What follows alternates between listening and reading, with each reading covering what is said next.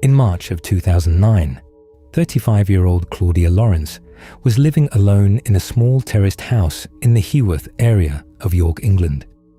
She had moved there a couple of years earlier after buying the house herself, and from the outside, her life looked steady and routine. She worked as a chef at a university campus about 3 miles away, a job she had taken after leaving restaurant work because the hours were more manageable. During the week, her days followed a predictable pattern: waking up early, getting ready quietly, and walking the same route to work before most people were even out. She was known as reliable, the kind of person who showed up on time and didn't miss shifts without saying something.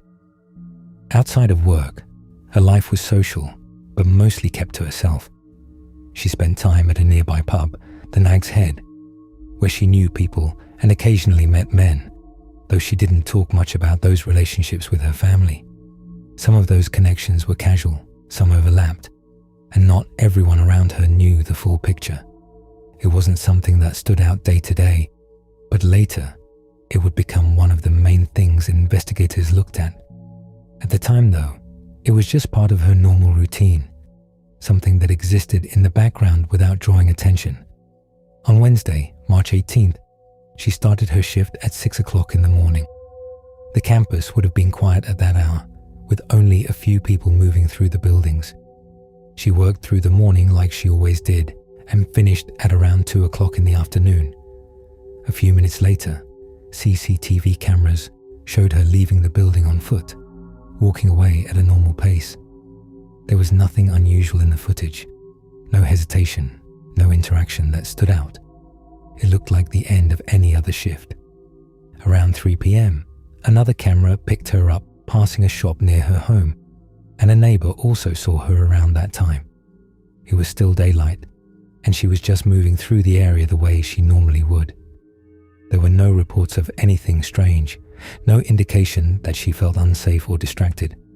If anyone noticed her, it would have been briefly, the kind of moment that doesn't stay with you because nothing about it seems important at the time. That evening, she stayed home. At some point, she called both of her parents, and both conversations were described the same way afterward. Calm, relaxed, nothing unusual in her voice. They talked about small things, plans for the coming days, and mentioned celebrating Mother's Day soon. During one of those calls, she said she planned to go to bed early. She needed to wake up before 5 a.m. the next morning, so she could walk to work since her car was under repair. It was the kind of detail that didn't stand out at the time, just part of her routine being explained. At 8:23 p.m., she sent a text message from her phone. Later, at 9:12 p.m., she received one back. That was the last confirmed activity. After that, her phone went quiet. There were no more calls, no more messages, and no sign that anything had gone wrong. From the outside, it looked like she had finished her evening, turned in early, and was preparing for the next day like she said she would. The next morning, Thursday, March 19th, she was scheduled to start work again at 6 a.m. For her, that meant leaving the house sometime before 5, while it was still dark outside. The streets in Heworth at that hour would have been quiet, with only a few lights on and very little movement. At some point that morning, everything suggests she got up, got ready, and left the house the same way she always did. There were no signs of disruption inside, no indication that anything had happened before she stepped out. It appears she left normally, expecting to follow the same route she had taken many times before, but she never arrived at work. At first, nothing immediate happened. When she didn't show up for her shift, her manager called her phone. It rang and then went to voicemail. There was no answer, but that alone didn't trigger alarm right away. Later that day, a friend she had arranged to meet at the Nag's Head tried contacting her. She didn't show up, which was unusual, but still not enough on its own to explain what was happening. By the next morning, when there was still no response, the situation started to feel different. It wasn't just missed calls anymore. It was silence that didn't fit her normal behavior. On March 20th, her father used a spare key to enter her house, expecting to find some kind of explanation inside. When he stepped in, everything looked in order. The bed had been made. There were dishes left in the sink, suggesting she had eaten before leaving. Her handbag was still there, along with her purse, bank cards and passport. Nothing appeared disturbed or out of place. The only things missing were her mobile phone, a rucksack she used for work, and a few everyday items she would normally carry with her. It looked like she had simply left for the morning and planned to return later. Police were contacted that afternoon, but in the beginning, there was no clear evidence of what had happened. There were no signs of forced entry, no indication of a struggle, nothing that pointed to a specific event. Initially, investigators considered the possibility that she had left voluntarily, but as time passed, that explanation became harder to support. She had spoken to her family the night before, made plans, and given no indication she intended to go anywhere. Her phone remained active for several hours after she was last known to be home, still connected to the local area. Then, at around 12:10 p.m. on March 19th, it was deliberately switched off. After that moment, there were no more signals, no more activity, and no confirmed sightings. Investigators eventually began to believe that whatever happened to her occurred shortly after she left the house that morning, and that it likely involved someone she knew. The case was later treated as a suspected murder, but no one was ever charged. Years have passed, and despite searches, arrests, and renewed investigations, nothing has led to a clear answer. People were questioned, areas were searched, and evidence was re-examined, but the outcome never changed. The last confirmed moment of her life remains the same. It is still that early morning before sunrise when she stepped out of her front door, expecting to walk to work like she always did, and then disappeared somewhere along the way.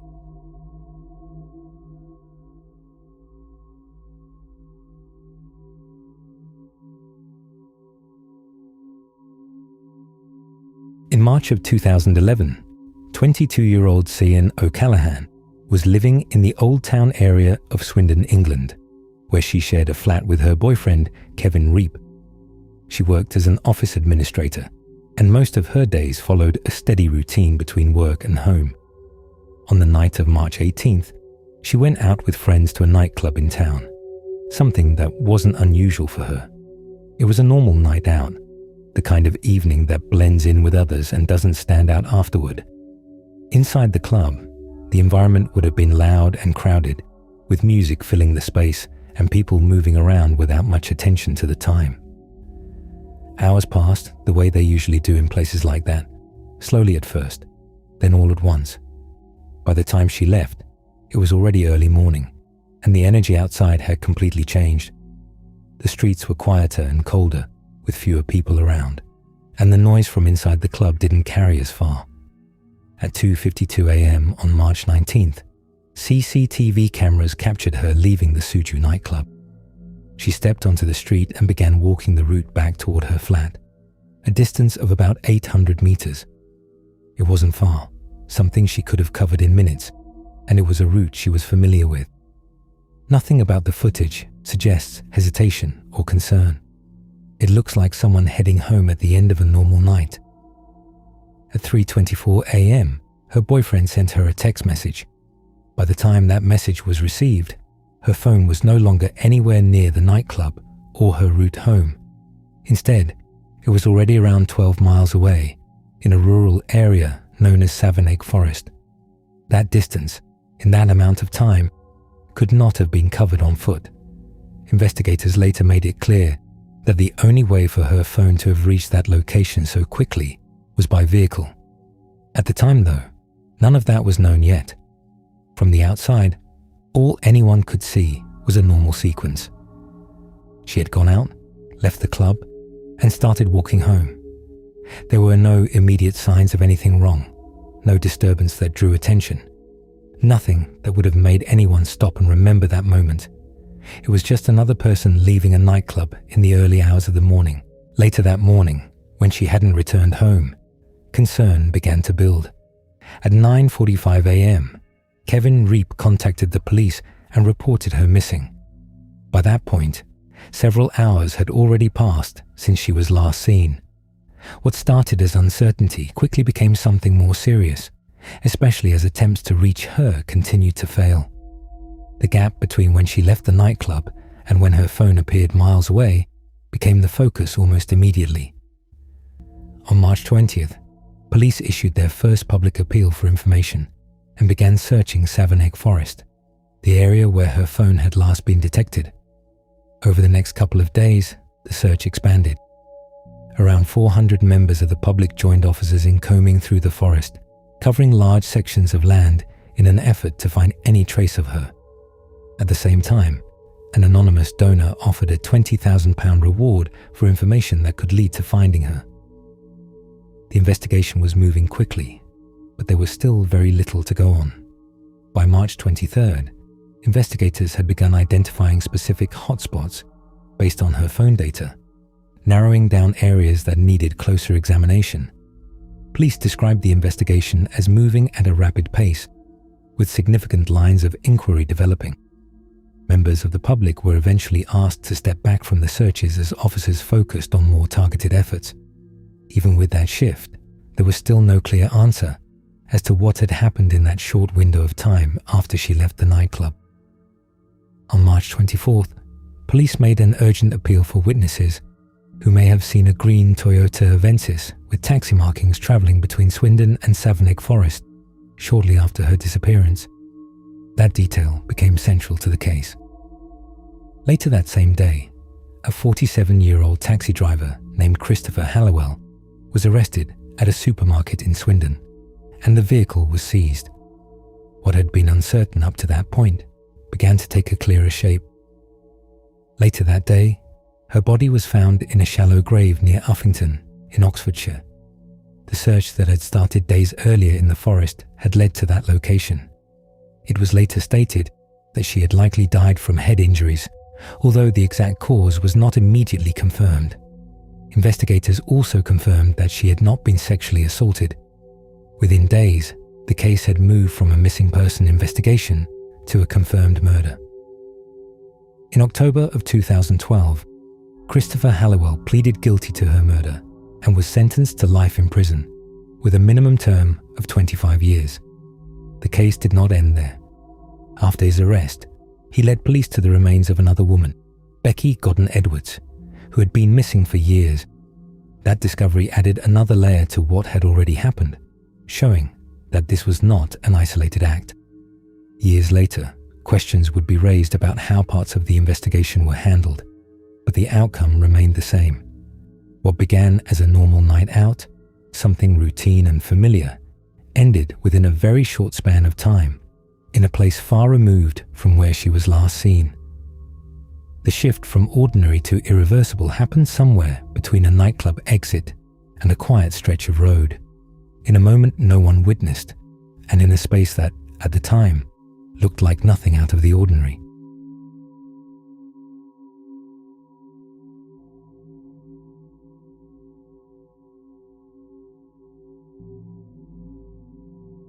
In April of 2006, 27-year-old Brian Shaffer was living in Columbus, Ohio, where he was in his second year of medical school at Ohio State University.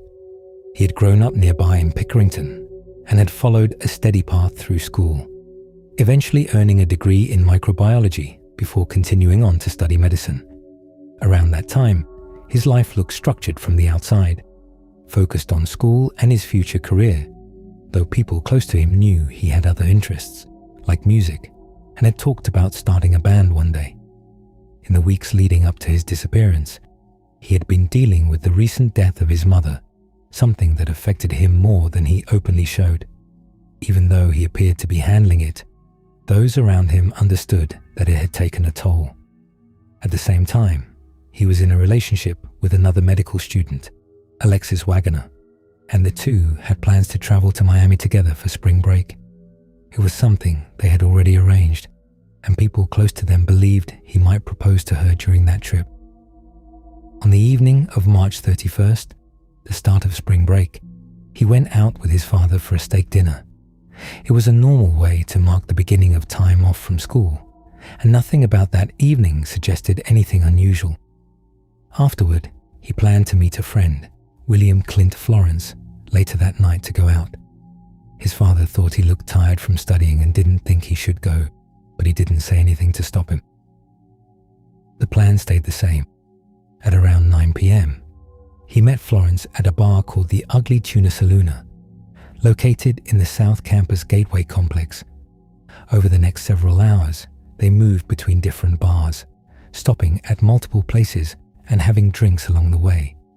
At one point, he called his girlfriend, who was out of town visiting family, and spoke with her briefly. As the night went on, they met up with a friend named Meredith Reed, who later drove them back to the same bar where the night had started. By the time they returned, it was after midnight. The bar was active, with people coming and going, and the environment had the same late-night energy as before. At some point inside, Brian became separated from the two people he had arrived with. That kind of thing wasn't unusual in a crowded bar, and there was no immediate concern when it happened. He was last seen on security cameras just before 2 a.m, standing near the entrance area, briefly speaking with two women before stepping out of view. After that moment, there is no confirmed footage of him leaving the building. When the bar closed around 2 a.m, Florence and Reed waited outside, expecting him to come out with the rest of the crowd. People began leaving, one group at a time, but he never appeared. After waiting and trying to call him without success, they eventually assumed he had left on his own and gone home. It didn't seem unusual enough at the time to suggest anything had gone wrong. Over the next couple of days, that assumption started to fall apart. His girlfriend tried calling him repeatedly, but his phone went straight to voicemail.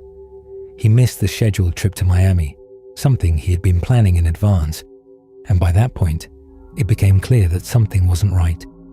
He was reported missing, and police began focusing on the last place he had been seen, the Ugly Tuna Saloona. Investigators reviewed the security footage in detail. The cameras showed him entering the bar earlier in the night and, later, near closing time, speaking with two women before moving out of frame. But there was no footage showing him leaving. The bar's main entrance, accessed by an escalator, was covered by cameras, and after reviewing it extensively, investigators became confident he had not exited that way. There were other possible exits. A service door near where he was last seen led to a hallway connected to a construction area, which had its own exit. That path was not commonly used by the public, and moving through it, especially while intoxicated, would have been difficult. Still, it remained one of the few possible ways he could have left without being clearly captured on camera. The cameras in that area were not constant, one panning and another manually operated, leaving gaps where someone could pass without being recorded. Search efforts expanded beyond the bar. Police searched the surrounding streets, checked dumpsters, reviewed footage from nearby businesses, and even entered the sewer system looking for any sign of where he might have gone. Flyers were posted showing his image, along with identifying details like a tattoo on his arm and a small distinguishing mark in one of his eyes. His car was still parked outside his apartment, and inside, nothing appeared disturbed. There were no signs that he had packed or prepared to leave. As time went on, different possibilities were considered. Some believed he may have left voluntarily, possibly to deal with personal stress after his mother's death, but there was no evidence supporting that. Others suspected foul play or an accident after leaving the building. His phone remained mostly inactive, though months later, it briefly rang when his girlfriend called it before going silent again. A signal was later traced to a tower miles away, though it was never tied to a clear explanation. Years passed without any confirmed sightings. Tips came in from different places, even from other countries, but none led to a result. His father continued searching for him until his own death, holding on to the possibility that there was still an answer somewhere. Investigators revisited the case multiple times, reviewing footage and evidence again, but the outcome never changed. The last confirmed moment of Brian Shaffer's life remains that brief interaction near the entrance of a crowded bar just before 2 o'clock in the morning. After that, there is no clear path, no confirmed direction, and no explanation for how he left or where he went. It is a disappearance that begins in a place filled with people and noise and ends in complete absence, with nothing marking the point where everything changed.